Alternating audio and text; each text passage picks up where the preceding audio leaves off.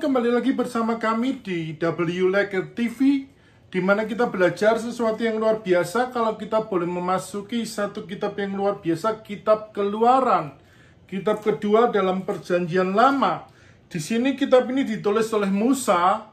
Dia menggambarkan sesuatu yang luar biasa dengan tema satu penebusan, di mana Keluaran melanjutkan kisah yang dimuliakan dalam Kejadian. Judul kitab ini diambil dari kata Yunani yaitu Exodus, di mana kita boleh belajar sesuatu yang luar biasa dalam kitab ini untuk kita terapkan dalam kehidupan kita, untuk kita bisa makin maju, makin setia membaca firman Tuhan, untuk kita bisa dikuatkan. Biar melalui kitab Keluaran kita boleh mengalami satu terobosan besar, berkat Tuhan besar dalam kehidupan kita. Tuhan Yesus memberkati. Selamat membaca kitab Keluaran.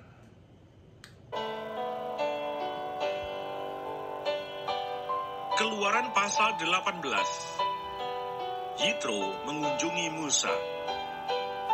Kedengaranlah kepada Yitro, imam di Midian, mertua Musa, segala yang dilakukan Allah kepada Musa dan kepada Israel umatnya, yakni bahwa Tuhan telah membawa orang Israel keluar dari Mesir. Lalu Yitro mertua Musa membawa serta Sipora istri Musa yang dahulu disuruh Musa pulang, dan kedua anak laki-laki Sipora, yang seorang bernama Gersom, sebab kata Musa, aku telah menjadi seorang pendatang di negeri asing, dan yang seorang lagi bernama Eliezer, sebab katanya, Allah Bapakku adalah penolongku, dan telah menyelamatkan aku dari pedang Firaun.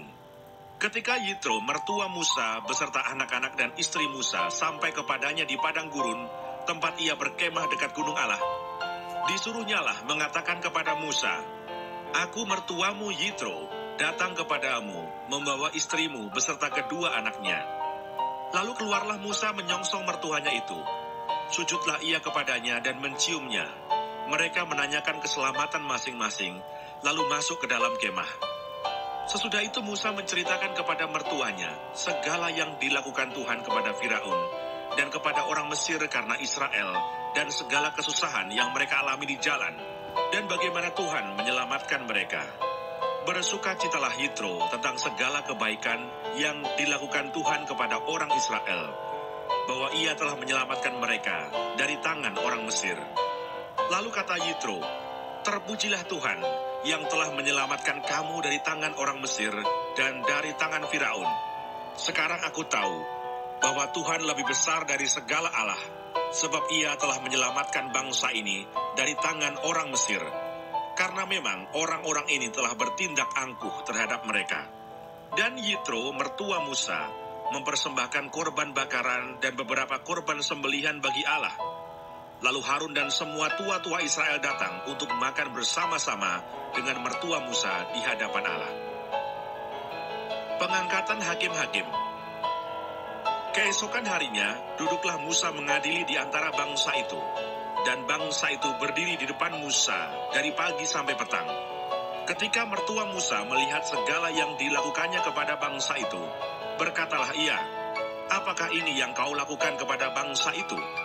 Mengapakah engkau seorang diri saja yang duduk, sedang seluruh bangsa itu berdiri di depanmu dari pagi sampai petang? Kata Musa kepada mertuanya itu, sebab bangsa ini datang kepadaku untuk menanyakan petunjuk Allah. Apabila ada perkara di antara mereka, maka mereka datang kepadaku dan aku mengadili antara yang seorang dan yang lain. Lagi pula aku memberitahukan kepada mereka ketetapan-ketetapan dan keputusan-keputusan Allah. Tetapi mertua Musa menjawabnya, tidak baik seperti yang kau lakukan itu. Engkau akan menjadi sangat lelah, baik engkau, baik bangsa yang beserta engkau ini. Sebab pekerjaan ini terlalu berat bagimu, takkan sanggup engkau melakukannya seorang diri saja. Jadi sekarang dengarkanlah perkataanku. Aku akan memberi nasihat kepadamu, dan Allah akan menyertai engkau. Adapun engkau, wakililah bangsa itu di hadapan Allah, dan kau hadapkanlah perkara-perkara mereka kepada Allah. Kemudian haruslah engkau mengajarkan kepada mereka ketetapan-ketetapan dan keputusan-keputusan, dan memberitahukan kepada mereka jalan yang harus dijalani dan pekerjaan yang harus dilakukan. Di samping itu, kau carilah dari seluruh bangsa itu orang-orang yang cakap dan takut akan Allah, orang-orang yang dapat dipercaya dan yang benci kepada pengejaran suap, tempatkanlah mereka di antara bangsa itu menjadi pemimpin 1.000 orang, pemimpin 100 orang, pemimpin 50 orang, dan pemimpin 10 orang. Dan sewaktu-waktu mereka harus mengadili di antara bangsa, maka segala perkara yang besar haruslah dihadapkan mereka kepadamu. Tetapi segala perkara yang kecil diadili mereka sendiri. Dengan demikian mereka meringankan pekerjaanmu, dan mereka bersama-sama dengan engkau turut menanggungnya.